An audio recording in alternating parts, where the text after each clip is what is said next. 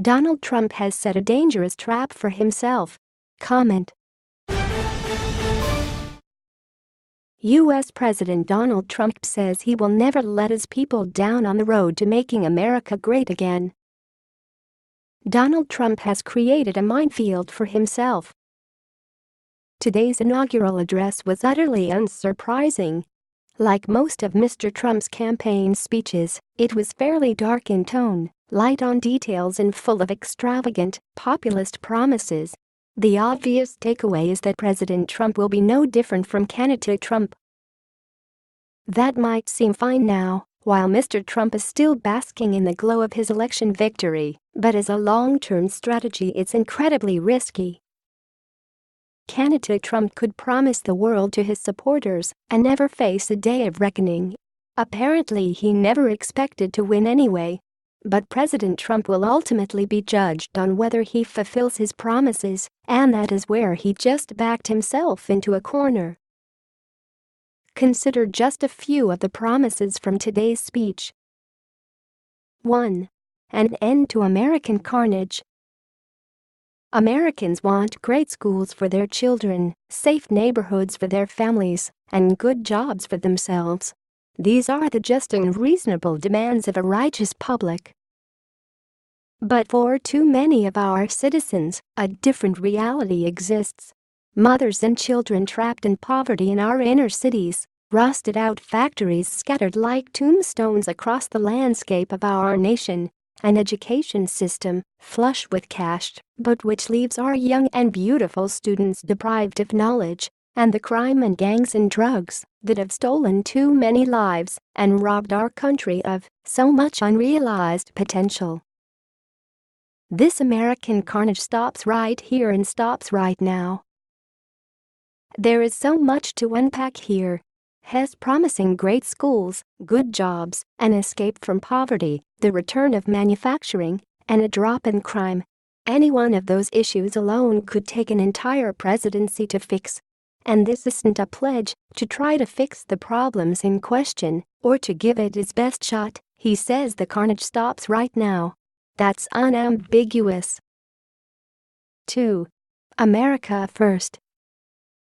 We must protect our borders from the ravages of other countries making our products, stealing our companies, and destroying our jobs.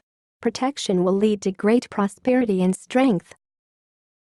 Mr. Trump is essentially claiming he will stop globalization. Good luck with that. 3. The end of Islamic terror.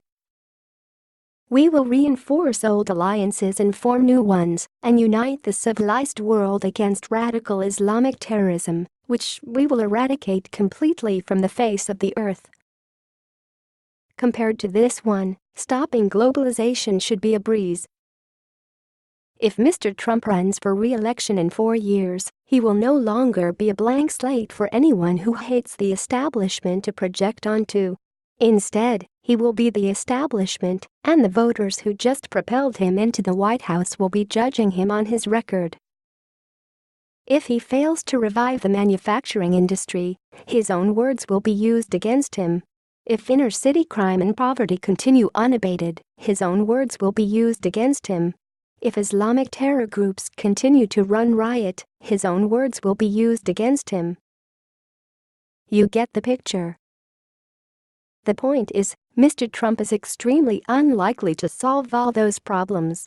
Heck, he may not find answers for any of them, not necessarily because of his own deficiencies, but because every president's powers are limited. In his keynote speech to the Republican National Convention last year, much like in his inaugural address today, Mr. Trump showed no signs that he understood those limits. His pitch was simple. Everything is broken, the system is rigged against ordinary people, and he is the savior. Only I can fix it, he insisted. Even now, having assumed the responsibilities of the presidency, Mr. Trump is portraying himself as that all-powerful hero, a strong man who will march into the White House and immediately fix every problem through the sheer force of his braggadocio's personality. He never explains exactly how he'll do it. Hess asking people to take a leap of faith, and that could easily backfire.